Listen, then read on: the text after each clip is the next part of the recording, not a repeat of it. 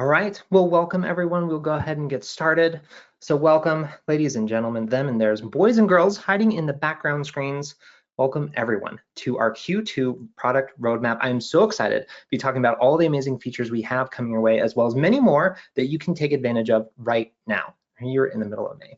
And so my name is Chase, and I'll be your host, and I'm joined today by two amazing guests from our product leadership team, Greg Armanini and Lindsay Thompson, who will be helping us walk through all these features, deconstructing them a little bit more, and where we are taking them in the future. Speaking about future, quick disclaimer before we dive in, because we are humans working in software and AI has yet to come for product roadmap webinars, we will be adjusting timing as we see fit. But if you are ever curious about what the product team is up to, what we're working on, please reach out to your account manager, and we'd love to set that up. So now let's dive a little bit more into the webinar and what you'll be seeing and hearing as we go through these. So a couple different themes and programs, as we like to call them: the Open Directory evolution, where we are taking that, what we're evolving into, a little bit more on our devices, the management, security, as well as workflow and automation, the combination of all those things and more, as well as identity, how we're thinking about it and where it's going in the future, and a quick update on JumpCloud apps. However, before we transition over, I'd actually like to hear from all of you. And so we'll be launching a quick poll. And so as this comes up on your screen, love to have what you'd like to see more between JumpCloud, what you'd like to see more within your product and your platform, and where we can do this. And while I transition this over, I also wanted to have a quick reminder, folks, as you can go into your JumpCloud console and submit a feature directly to the team. So if you're thinking about something very specific, let us know, and we'd love to have that. Okay, in 10 more seconds, think about all those amazing things you'd like to see, and we'll go ahead and close that poll and then switch it over to Greg. Thank you, Chase. Happy to be chatting with everybody again. Wanted to start today's conversation with a little bit of context about Open Directory. So, you know, at a high level, we all know that JumpCloud is this amazing platform that allows us to connect anything to everywhere, right? We connect HIRS systems through REST APIs or SCIM. We can connect to your upstream directory. We can connect to your downstream service providers through federation, and then ultimately through APIs. This is nonetheless an evolution for us. There's a lot going under the covers, and I just wanted to touch base on it about what's going to be a little bit different moving forward so that you can appreciate what's to come next in today's conversation. And at its heart, you know, we are working to make JumpCloud into a switchboard that future-proofs you from any underlying changes in your other services. So making sure that we provide that core platform experience and layer, but we're also doing that by adding more and more identity standards. So you'll see at the bottom, SCIM, SAML, OpenID Connect. Those are probably standards most of you are familiar with. But you think about them mostly in the context of bringing users in or out of the platform into others. Think about it now in the context of concepts around federation, right? We're moving slowly past a world, for instance, where there's passwords everywhere into one that's more or less passwordless. It's a journey for sure, but under the covers, just know that we are building the Open Directory in a way so that it's truly open to manage your users, to manage their authentication and access to their resources everywhere. So really excited that we are focusing on this and a few other things today. Chase, if you want to go to the next slide. Device is a gateway. So if you think about our Open Directory as the notion of connecting users from anywhere to anything, how they access resources, that's device as a gateway. It's a bit of an internal moniker here at JumpCloud. We like to think about it as the convergence of identity management and device management into a virtuous cycle. Essentially, we have an authentication hub framework. You can think about that as an identity management platform or auth broker. It's part of the Open Directory. It makes the authentication and the authorization decisions. That's an important cog. Device management and posture. So UEM is one way to think about it, but thinking about continuous evaluation I'll touch on a little bit more about why that's really cool and exciting in a second. Of course, along the way, if you're going to be on your device or a portal or somewhere else, you need to have conditional access policy. We're thinking about that more broadly as well. And then we're also thinking about how you authenticate, not just to a device, but other things. All of these pieces come together in what we call device as a gateway, and it securely allows access to your resources. And it's also going to be really simple. So let's jump ahead to that. I want to tell that story very quickly and set the stage a little bit for Lindsay here on what's to come next. Okay. So this is a story about simplicity and security coming together.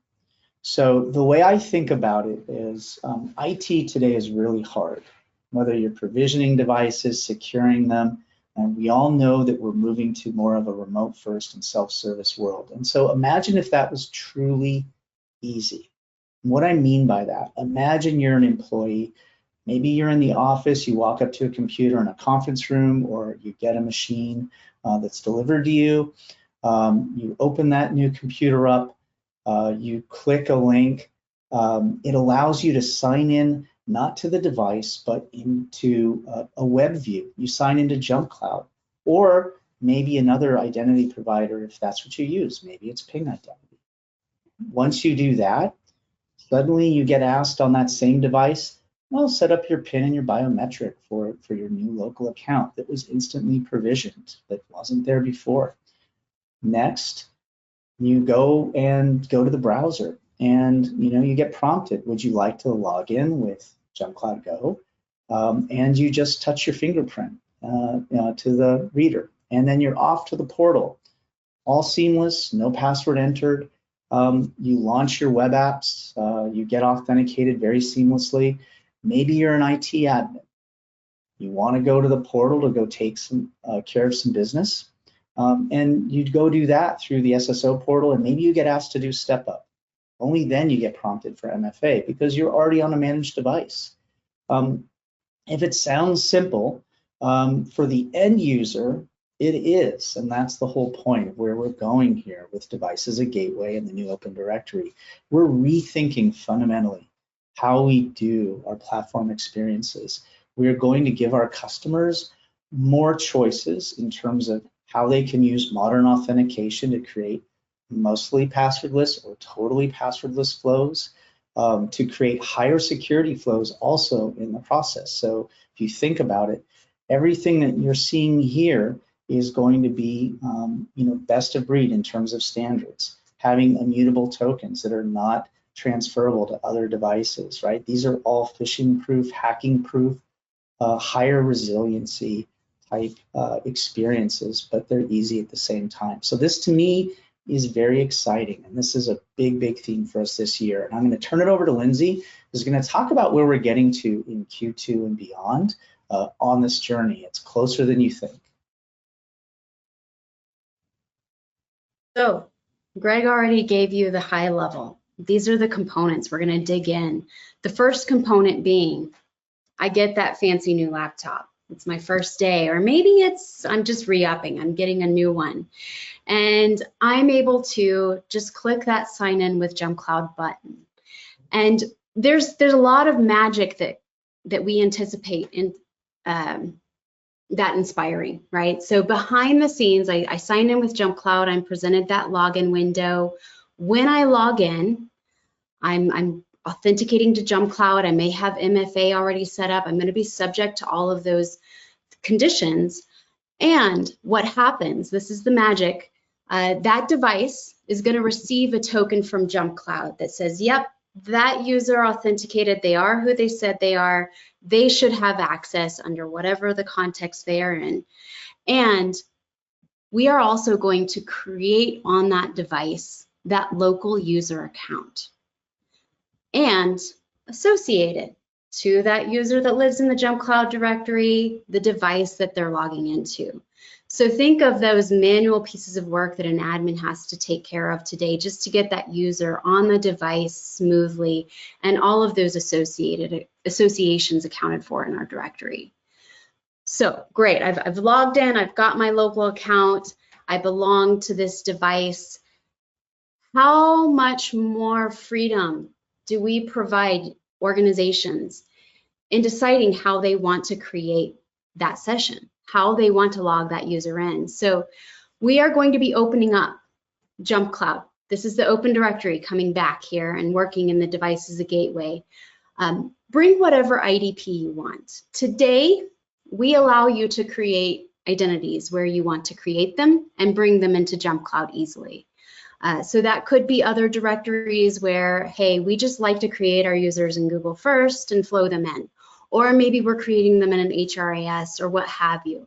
So we have all of these channels for creating that user account and consuming that user account today. But what we don't have is, say you already have that user over there, but you also have credentials and you also have policies applied to them. So why are you going to make me come and recreate that in JumpCloud? Why not just leverage what you have in another IDP? And so this is just providing organizations the flexibility they need to get started quickly with JumpCloud to manage whatever endpoint it is that you're coming to JumpCloud to manage. Device is one of our most popular, and this is where this notion of device as a gateway, we're making it really easy for you to come manage your device with whatever identity provider you have in play. And another thing that Greg mentioned here that's key is we're doing this using federation, using those open standards. So OIDC passes JumpCloud a token, not a password. We're not looking to require you to pass passwords over the interwebs in order to allow this other IDP to provide that access to your user. We're using those open standards. So then maybe you want to perform that initial authentication using JumpCloud, but I also want to layer on factors. I have the ability to layer on protect potentially, which is pretty nice. So I know, or conditions on that device. So I know that that session is secured, however I want to secure it. With that secured session, now on my device, my JumpCloud managed device, I can go to whatever resource I want to go to. I can extend that session to my SSO applications, to at some point I might want to launch Radius, what have you. I'm going to be able to, as Greg said, put my finger on my little ID to log into my user portal and maybe even authenticate right back to that IDP. Who knows? But I have the power of using that secure session so that I'm not having to manually log in to every resource I need throughout my workday. But we know that that well-managed session is going to take care of that for our end user. All right. And I'm going to pass things back to Greg here to dig more deeply into devices, that managed device. Cool. All right. Well, a lot of good, exciting stuff to talk about in device land as always. If you can move us forward in the mission here, Chase. So first and foremost, you may have noticed that recently we announced GA of Windows MDM. This is something that we're really excited about. You know, we're starting with self-led enrollments, meaning you can go to the JumpCloud portal today as an end user, you click enroll device, and boom, you're off to the races. No more authentication needed. It just opens up the local MDM agent on the Windows device, enrolls you automatically to the JumpCloud MDM server, and then it delivers all of the policies and the agent to your device when you're off to the races. No more Cloud Connect key. No more worry about the agent being removed. This is now, you know, JumpCloud giving you this alternate channel to use MDM. Now, a lot of folks wonder, okay, does agent-based management go away? Absolutely not. Agent plays an important role for all of our OSs moving forward. So on the desktop, that's Linux, that's Mac, that's Windows, of course. We have a lot of things that we do with local state on the agent. They're going to be working in harmony together. So nonetheless, we're really excited about the Windows MDM mission. So let's talk a little bit about what's coming next. Right now, we are thinking about all of our customers who want to get on this mission. We're going to start by adding a very simple toggle in the portal where you can allow users to automatically shift from agent-based enrollment to having an MDM profile added to their device as well. It'll be seamless. It'll allow you to, get on the bus, so to speak. The other things we're going to be doing, if we go back upstream in the workflow to device provisioning, we are going to make it far easier for you to do staging of devices. Today, most IT admins like to set up their devices for end users. We're going to provide you a very simple way to create provisioning packages with all of the core components where you can just essentially download them onto a thumb drive, plug it in, take a 1 hour, 2 hour activity into a 10-15 minute activity or less. Pretty excited about that. Those are both things that are coming here. Some of it will be in Q2, some will be in Q3. It'll be Rolling Thunder. The last one, adding more CSP policies. We're going to be doing that, of course, moving forward. So expect to see a lot of new policies coming into the platform over the course of H2 and beyond. Very excited about this journey. We, of course, want you to try it, give us feedback, and hopefully you're as excited as we are about the journey we're on. Next up, Android. Okay, so Android is officially the last major box that we've checked. We just announced GA. It's been incubating for a long time. I'm really excited about Android as well. This is going to come fast and furious. So right now, we support work profiles. So both for BYO and corporate-owned devices, you can do all of the core policies, the enterprise security commands, lock, wipe, reset. You can set all the basics, Wi-Fi policies, etc. It's got managed Google Play integration, so you can deliver apps. So a lot of good stuff there out of the box right now. The Android team, though, is going to be hard charging. Really exciting stuff. I'm talking about what's coming next here in Q2 and beyond. A regular stream of policy, so we're walking right on down the list that our friends at Google recommend. So expect to see more. If you don't see what you want, feel free to file a feature request, and we'll get to it pretty quickly, especially if multiple people want it. So be excited about that. We will soon introduce enrollment mode for fully managed devices. So again, we've got containers now. That works for most, probably 80% of use cases. Fully managed devices, that's what you do for like an officially company issued device that is only device stuff for company. So that will be coming soon. Right around that time frame, because you'll have corporate issued devices, we'll be able to do zero touch enrollment. So that's something that's in the important camp as well. And then farther afield, if you want to advance one more, we will make the journey probably in 2023 to have dedicated single use as well. So you should expect in H2 that Android is going to get mature pretty darn quick. I think that it's ideal already for 80% of our customer use cases. So go try it, give us feedback. Pretty excited about it. Next up, software management. So this is a big area of emphasis for us as well. So today we provide basic management on mobile devices. We provide basic management on desktop devices as well. But we're working on a major big upgrade on the desktop side in particular. So if you think about the management story, it largely chunks out into 3 types of apps.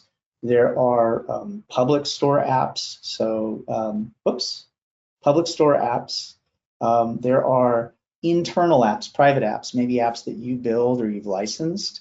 And then there are third-party apps that don't exist in stores. And we're working on solutions for all three. Right now, we don't have a story for the middle one for private apps. We are working on an internal repo. What that means is soon you will be able to upload a Windows or a Mac package or a DMG or an MSI, and we will scan it to make sure that it's got integrity. You will then be able to deploy it to your devices. So you're in the driver's seat with this feature. You know, you don't have to necessarily use, it if you don't want to. But a lot of customers, I think, who want to do manual control, have their own apps that they want to distribute, control versioning, this is going to be a great tool to have in your woodshed. We will, in doing this feature, remove the current limit on macOS apps that caps it for custom packages. That goes away. We have a more extensible storage framework. We'll talk more about what that means, but imagine us giving away a good chunk of storage for free.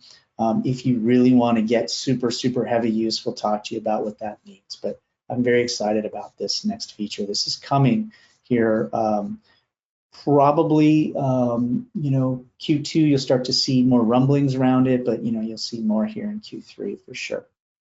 Next up, those public apps. Oh, sorry, Chase, I'm almost done.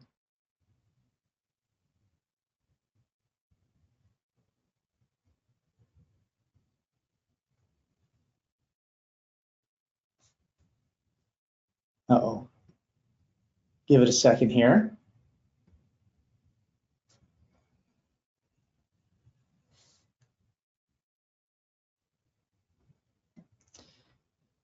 Thank you, sir. All right. So last comment, we're working on increasing our capabilities around the other app types. So imagine us having a new premium capability for store apps on Mac and Windows. That's a really important thing. Now you'll be able to deploy those, but also keep them automatically updated. And then in the future, we'll be talking more about third-party apps where we'll do automated patching. So we're going to do these first and then right on to patching. Really excited about getting most, if not all, of this journey taken care of here in 2023. Okay, now, next up. Thank you, sir. I think it's back over to you, Lindsay. Sounds good. So workflow and automation. Yes, we've been showing you all of the power of the Open Directory, of the device management. But one of the things that we hear from our admins day in and day out is, I still have so many repetitive tasks that I have to tend to as an admin just to keep the machine moving forward and to make sure that I'm compliant. So a lot of what we're looking at when we start to talk about workflow and automation is how we can remove those things that are mundane from your day-to-day, those things that can be automated using the right logic, the right business rules, and allow you to focus your energies where it counts, where there are abnormalities or where attention is needed to go and actually fix something that we can't automate a fix for. So let's go ahead and talk a little bit more deeply about what we mean. So dynamic groups. Groups are always a fun topic with the IT crowd. Groups are very powerful within the JumpCloud platform, both for users and for devices. It is the way that we provide access to many things. It is the way that we apply policies to things. Some of you may have tried out an EA, what we were calling automated user groups.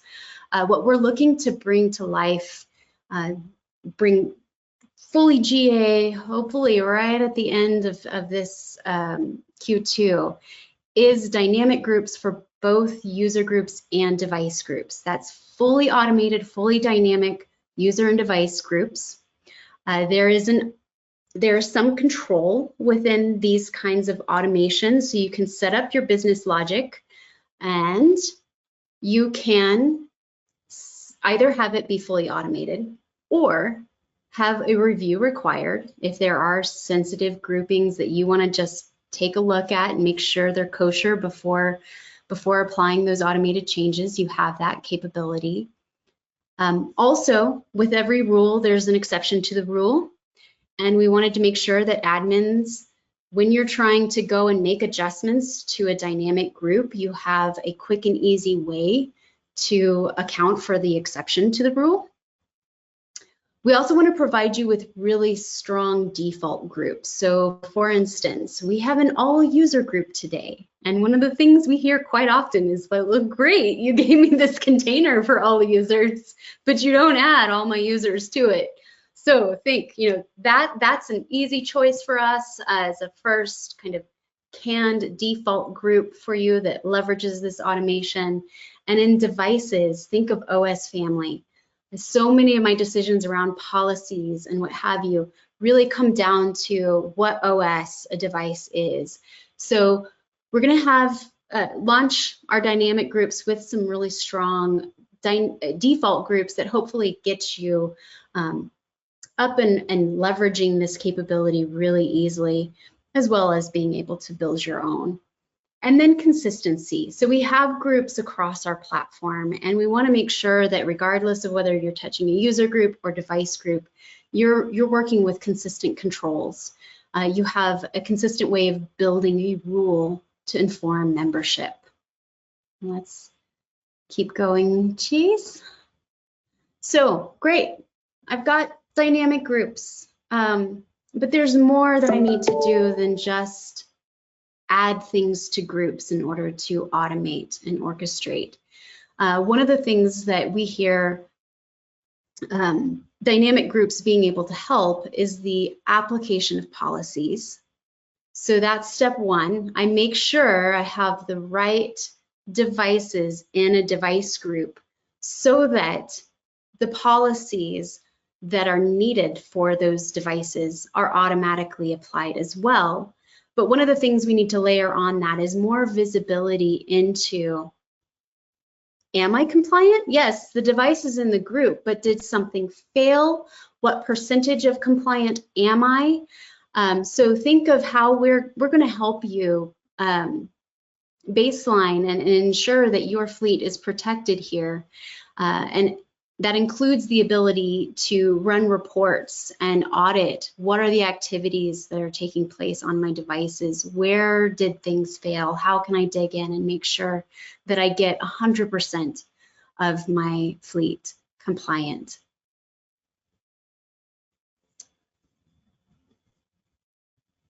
And then those are two of the big ones, the automated groups, device compliance.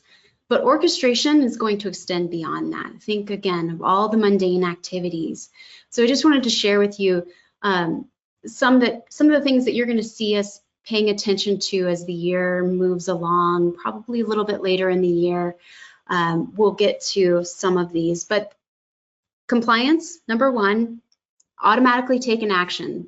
We're going to start really with devices as our focus, making sure that we have encryption and our firewalls in place. But then there's also things like temporary access. So say I want to provide a user access to an admin role on an application for a period of time, or maybe they have limited admin sudo for the next 3 hours so that they can go and install and do XYZ on their device or their server. In addition to temporary access, we hear a lot about inactivity. And so this applies, we hear it mostly with users, and it ties a little bit back into compliance, but I need to suspend a user on inactivity. They haven't logged in for 30 days. They haven't done anything in our platform. Let's go ahead and suspend them. That also could be, hey, they're not logging into this application and I'm paying for a license. Or someone is in my organization. And so why can't we just look at that. When JumpCloud has the data, we know when they logged in, and if they haven't logged in so many days, we're going to go ahead and revoke their access, but that also means we're able to deprovision that user and free up that license. So all of those are kind of net new. Dynamic groups is an area where it's going to continue evolving, and we've already gotten feedback with the EA around what kinds of rules I can build, what kinds of operators are available. We hear a lot about the addition of custom attributes. I may also want to use membership in a group as a condition for a group. Those are things that we're thinking about right now. There may be a need to delegate my group management to someone else, either an admin, or think of it as a resource owner, someone who watches after my AWS. It could be a DevOps person, really. They're the ones that ultimately should be watching out for the management of the groups that provide access to that resource. And additional operators or more powerful regex expression languages that allow me to build really the rules that I need and hone those rules. So you'll see all of these use cases are top of mind for us, and we're going to start building more aggressively to deliver those most valuable pieces of orchestration to our platform. And so on the theme of orchestration, we're going to automate the mundane, and we're going to let you know when there's a problem, right? So you can focus your energies where it counts, and one of the places it may count is when I need to get into a device and actually do some troubleshooting. So we have released Remote Assist. One of the things that we heard as soon as we released Remote Assist is I need Silent Assist. So when my users aren't actively engaging with me, I need to be able to get on their device and make magic happen for them. So Silent Assist is now available. You need to make sure you are leveraging it. It is available for you. It is a powerful tool at your disposal. So let's go ahead and move on beyond Remote Assist. We're going to be providing you more tools in the toolkit. Once you get onto that device and you're doing a Remote Assist, a Silent Assist, what can I do to actually remedy that device? And so you're going to see us providing you with more tools like a remote command line interface, so I can go in and actually run commands on that device. Maybe I need to transfer files around on that device. So more control within that remote session to make sure that, again, when you have that device that may be out of compliance, we flagged it for you. Now is your chance to step in, and we're going to empower you when you step in to go ahead and make those changes. Greg, anything to add there? I know this is... Yeah, no, I think you hit it spot on. Look, we know the automation of workflow is the start, and things will go wrong from time to time. You know, having device health monitoring is going to be core to the platform.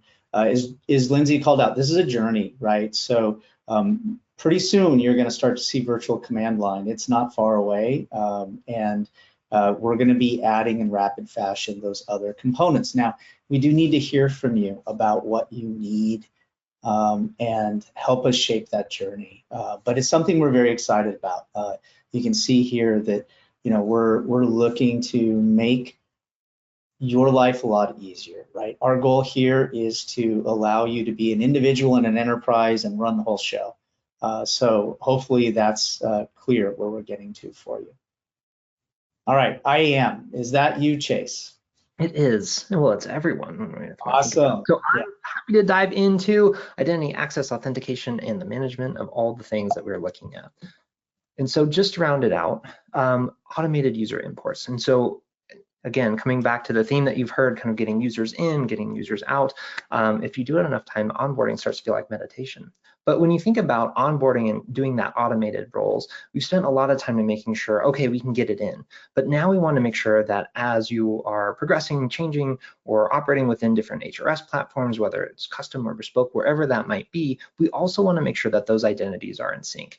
And so with this API and kind of this orchestration flow, we're able to making sure that these are synced kind of every hour. So that way, as people are coming on board, whether they might be international or different time zones, whatever that might be, you are rest assured that your JumpCloud organization is up to date and making sure that you have those users available to you. Now, how we have them in, again, we want to get them out into provision and doing all those amazing activities that users need to do. So coming up next will be this provisioning API. And so programmatically be able to provision, update, deprovision, kind of think about CRUDs in that sense, but support those apps that don't support those existing protocols that we have at our disposal today, whether that's SAML, SCIM, OpenID Connect, but basically having another tool in your toolbox, so that way as you're thinking about onboarding into all the different areas, you can say yes to everything, making sure that you have full coverage across those different applications, regardless of what in kind of federation or protocol or other things that that specific software provider is leveraging. You can now leverage it with JumpCloud, and so that is coming out relatively soon. And then also some enhanced SAML capabilities. And so as you think about single sign-on and kind of getting into those apps, we also want to make sure that we're covering our basis. And so for some organizations and customers that might have a little bit more either complex environment or fun environment, depending on how you choose it, we now have support for multiple ACS URLs, as well as more flexibility around the SAML name ID. So again, just more ability to work within those applications to making sure that your users can access what they need and only when they need to. And that is now available, I'm excited to share. So please hop in and start making those adjustments if you need them. And finally, as we start to round it out, a little bit kind of within the product side, a little bit not, but I did want to touch on some of the partnerships that we're working on. And so while we have, you know, the world is our oyster and we're doing everything we can within our product organization, we do not live in a vacuum. And so we're working with many organizations globally to making sure that we have the best experience possible for our joint customers. And so with that, I'm excited to announce that JumpCloud has been awarded a recommended for Google Workspace app in 2023. And we've been working very tightly with the Google Workspace team to making sure both JumpCloud and Workspace, and you have those best in breed platforms as the foundational for your IT tool stack, as well as on HRS and thinking again, provisioning users, working with the Personio and Deal teams to making sure that we have those integrations to making life as seamlessly as possible across your entire ecosystem as you think about identity and access. And so with that, I'll hand it back over to Greg and we'll kind of do a quick update on our JumpCloud apps. Awesome, thank you, sir. So JumpCloud apps, these are specifically our identity and access end user applications. So you know that we've got JumpCloud Protect out there today. We also have JumpCloud Password Manager. By the way, on the non-end user side, we have JumpCloud Admin, which is our just-in-time break fix app. Just a plug for that. Know that it's out there. Go use it. Give us feedback. It's a great little tool. But back to the end user side of the house. So a lot of work has been happening recently on Password Manager in particular. You want to move forward. So we launched that, it's been about what, 6 months or so out there. And it does a lot of stuff really well. We've been listening to customers and getting feedback, and there's a big feature that we hear you, that we're adding as an option. It's not a requirement, but it's an option to have cloud backup and restore. So for those of you who haven't used Password Manager yet, we have a really interesting approach. I think an amazing approach in some ways to password management. We store credentials not in the cloud by default, but locally on the device, right? So think about those as your secrets, right? If you think about the metaphor around PKI, these are your private keys. You want them to be private on your devices, and we only sync them to other devices the user has that are managed. So today, backup and restore goes between 2 devices, but it does require you have that second device. If you don't have the second device, what you have to do is you create a backup on your machine, and then you can restore passwords or a version to that device itself. Now, sometimes things go wrong. You may have to reformat your machine and you didn't have the second endpoint, something like that. Again, It's in the not common, but when it happens, it's a big deal. So enter cloud backup. So you have the option very soon. It's in EA, I think, this week, if not next, and then GA shortly thereafter, based on feedback, to enable cloud backup. Now, what this does is it will take the users you select or user groups you select, back up their credentials to the cloud. There is a process to encrypt those credentials with a secret. So it's going to be a highly secure process. And then your admins need to hold on to this private key. And when a user does have a problem, you'll see that there will be a new option in the password manager activation flow. So one will be backup from another device. One will be use a local backup, or you could just start over, or now you'll be able to click a link that says, have my admin restore from the cloud. Admins get those requests and then can do it. This is, I think, a really important feature. Again, it's not for everybody, but if you are thinking about password management, you want to have this fail-safe option, now's the time to go dig in. So really excited about this feature. This is a big deal. You'll hear more from us about it here shortly. Okay, next up. Also on Password Manager. So we've been working with customers and the teams to take in feedback. We have been adding a lot of things to the Password Manager product, including things that will make it a little bit easier to support and have better experiences. So something that we care about that you may not notice, we're building in a notion of auto logging. Let's say something happens on your desktop client, you need to call support. We will, just like with JumpCloud Agent, have logs in the cloud. So this is going to be a big time saver. Punchline to you as a customer, you won't hear from support necessarily. First line of defense, please go find the logs. We'll take care of that automatically.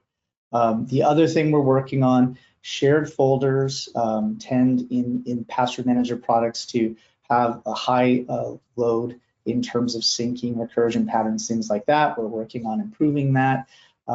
Generally something for the heavy users in the audience to get excited about, so we're definitely working on that.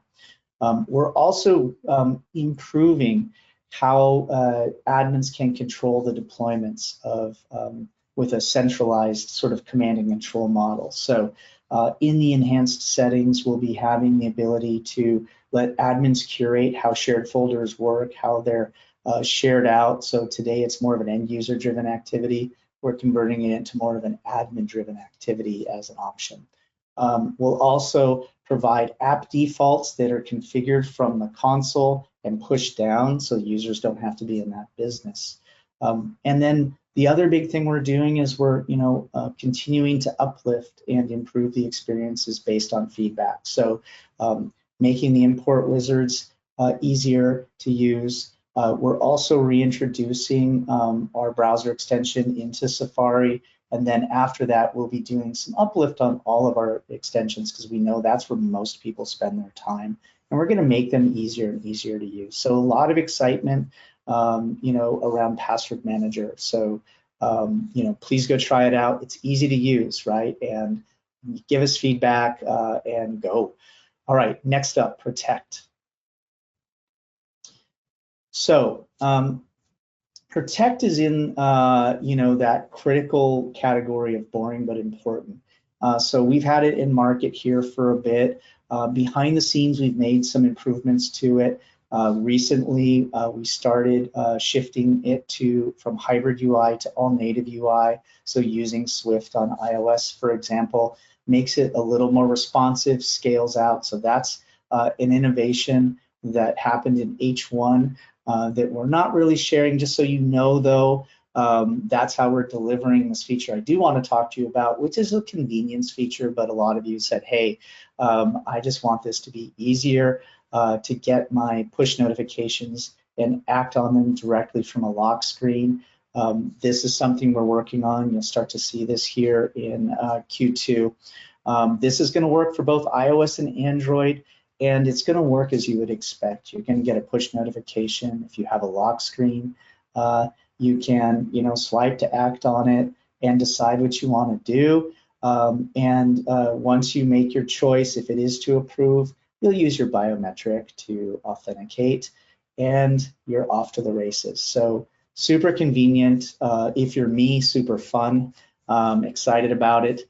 But a lot of good things happening here. And there's more to come on these apps. You'll start to see us thinking about how to improve the experiences and really make these a great complement to your deployment, and of course allow you to use these.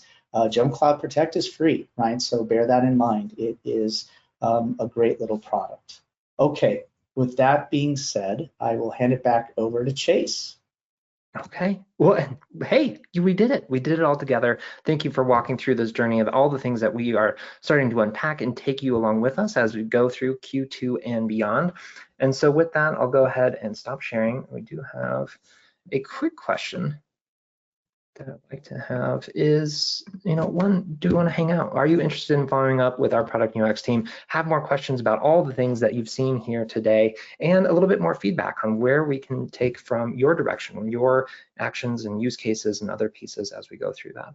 And so I'll give everyone just another couple seconds to think about that. And while you do, we actually have a few moments, probably a little over 10 minutes now, we live with the team. So feel free to drop in your questions into the chat and other pieces, and we'll start to select and go through those. And then just as a quick how-to, if we do not get to your questions today, we will also follow up via email along with the rest of our product team and other pieces, especially for some that tend to be a little bit more deeper, kind of want a little bit more understanding of what is going on underneath the hood. And so with that, let us start to pull up some of the questions here.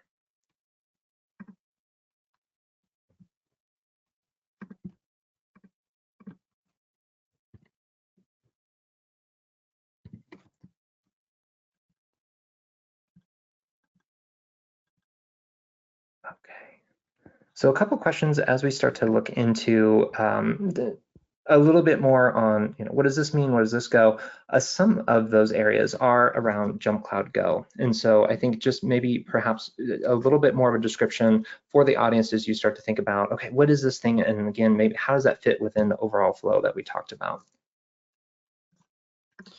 Yeah, so you don't mind if I lead into this. So Lindsay, holler if you want to back me up here, but the way to think about it, so today we've got on our platform device trust certificates. So many of our customers use that as the first line of defense to say, put JumpCloud device trust token on device. And if it's on the device, allow the user to then authenticate with a password or a password plus MFA or pass through. So we already have a notion of Go today, but Go represents essentially the 2.0 version. Go is, as Lindsay already called out, going to be complementary to what you do today, but in a way that's far more seamless and more secure. So it's built with the notion of the user and the device tied together, right? Where today, our JumpCloud device trust token thinks about the device, but now we're coming up with a new token technology that marries the two together. That translates to it being immutable and not transportable, which is a higher level of device posture assertion. So it is an amazing, amazing technology from that perspective if you're a technologist. But it works complementary. If you're already using passwords today, you have a choice moving forward. Do you want to use the existing methodologies, which might be a password and then MFA? You can keep doing that, or you can start to use JumpCloud Go to replace all of that. What we're going to do is provide much more optionality there, and you should expect over the long haul that JumpCloud Go will become the go forward story on all of our devices. This will allow you to have essentially that device trust that will go hand in hand with device management and allow you to be more confident that your users can access the resources seamlessly, but also not get hacked. Holler if I missed anything there, Lindsay, but hopefully that's, Chase, beginning to answer the question. There's a lot to unpack there. So there is, and trying to aggregate some of the questions that come through because there's also a lot of feedback. So thank you, and I had a lot of positive comments in terms of where the roadmap is heading. So I want to share that with the group, and as we dive in. One other question that came through as well is starting to think about, okay, hey, we're walking into Windows MDM, but we also have an agent. Tell me why I need both. I need to toggle between these two. So perhaps just a little bit more on kind of the power between what allows an MDM allows us to do, as well as what we already have out of the box today with our JumpCloud agent. cool question. Lindsay, you want me to do this one? Go ahead. Yeah. Okay. So the way to think about it is MDM does some things really well. In some senses, it's the right side of history for like app delivery. It was designed, of course, to make it really easy to get apps from the store and push them down. So think about Apple, think about APNS, think about that experience. That's all MDM. That's all public channel for delivering apps, works super well. Enter desktop. Windows has been around for eons. It started with agent. The reality is that in spite of Microsoft's best efforts, there is going to be a long tail of use cases around all desktops, not just Windows, but Linux and Apple Mac OS included. And it's everything from, hey, reality, Win32 apps ain't going away, right? How do you deliver store apps in the Microsoft context via MDM? But what if it's not in the store? How do you do it, right? You could do MDM channel. Some folks are just like, it's just easier for a complex app to have a pre or post install script.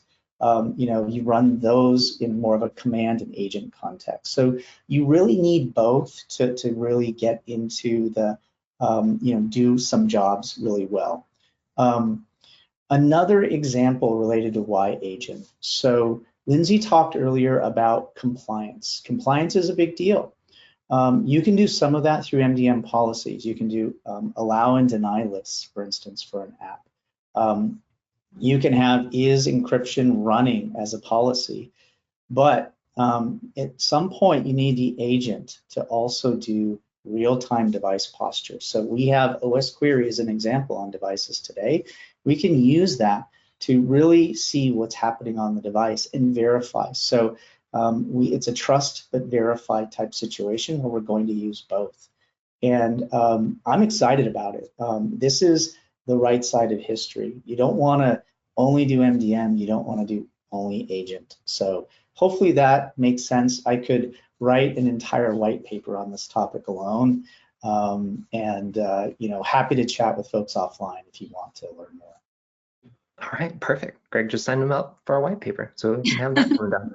A quick follow-on question that though, in terms of how we think about MDM, hey, I want to get to, out of the box, full touch, zero. I don't want to touch it. I don't want to see it. Will we have a very similar kind of zero touch deployment model that we have for macOS for Windows?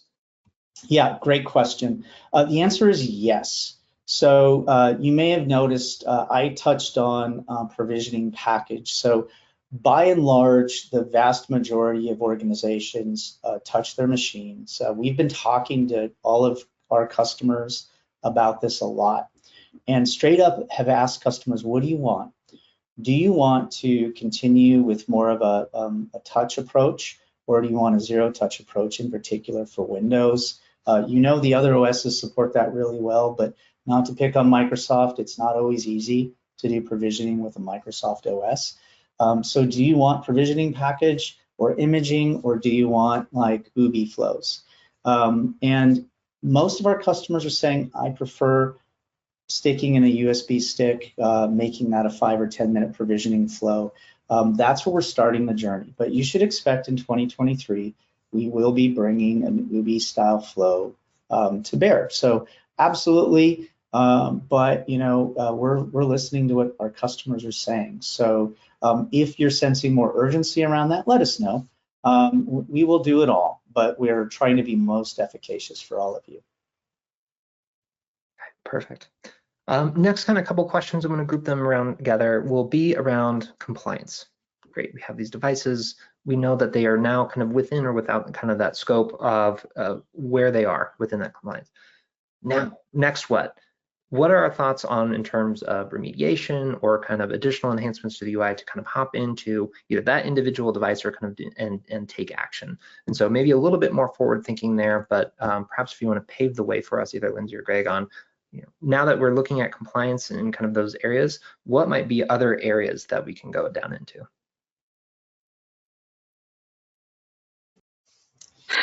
That's a really broad question. I'm going to restate what Lindsay said for starters.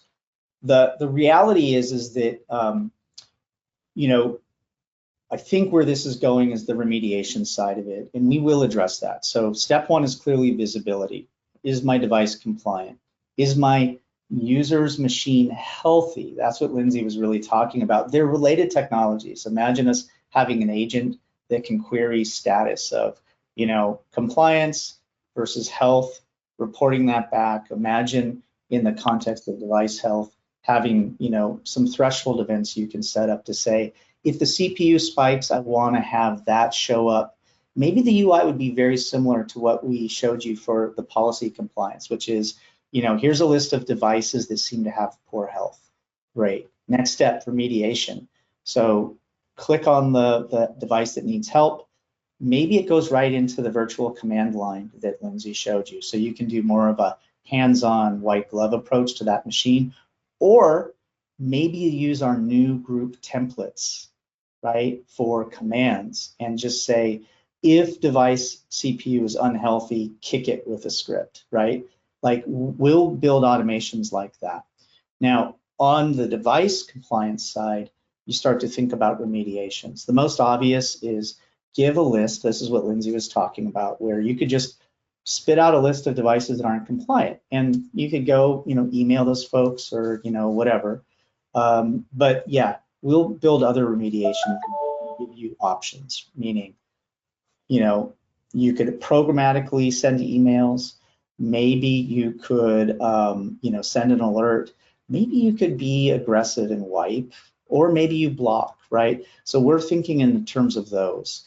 For sure. So you'd expect the journey will go that way, and we'll give optionality to the customers. Does that help, Chase? It does. Yeah, I think just kind of we have the information and kind of now what, right? And so that's kind of, I think, the journey that we've heard a lot throughout this webinar is we continue to source all this up. And so we are now diving deeper into enabling that, adding in future workflows. And that's too why we're leaning on so much feedback from you and the audience, kind of what are those different areas that we can start to fine tune and dive that in. I already see a bunch of requests say, hey, I'd like to be included. I want more information on these features, as well as some other specifics on what happens across this OS and other areas. There is one other hot topic, is there going to be JumpCloud Protect on Apple Watch? We have about 10 different questions on that. And so another seamless way, can we make it so I just have to stare at screens and just get into all the things that I need?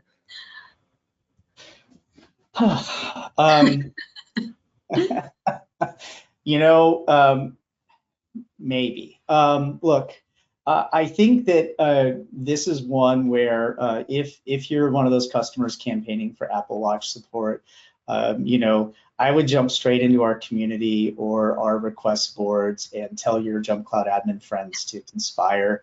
It hasn't quite crept up to the level of importance from our request flow where I would put it on the roadmap yet. That doesn't mean we won't. I think about JumpCloud in some ways as an open source company. We're listening to you. We're going to do what you guys and gals want. So the answer is maybe. We're considering it, but we don't have plans right now in 2023 to do it. All right, well, I expect plenty of upvotes just based on the number of questions and other pieces that are coming in around that, as well as many others that we've talked on here from both the automation side, the device side, how we're thinking about identities a little bit more, and kind of future forward paths for both admins as well as end users. And so with that, everyone, thank you so much for joining us today. We're at the top of the hour, but we have hundreds of questions that I've been trying to screen through. So we will be following up as a team as we dive into that, as well as many have had multiple questions in chat throughout us. So we really appreciate the feedback here listening and help guide our roadmap for here and beyond. And so with that, thank you again for joining us. We hope you have a fantastic rest of the day and week as we carry out the rest of May, and talk soon. Yes, thank you. Thank you.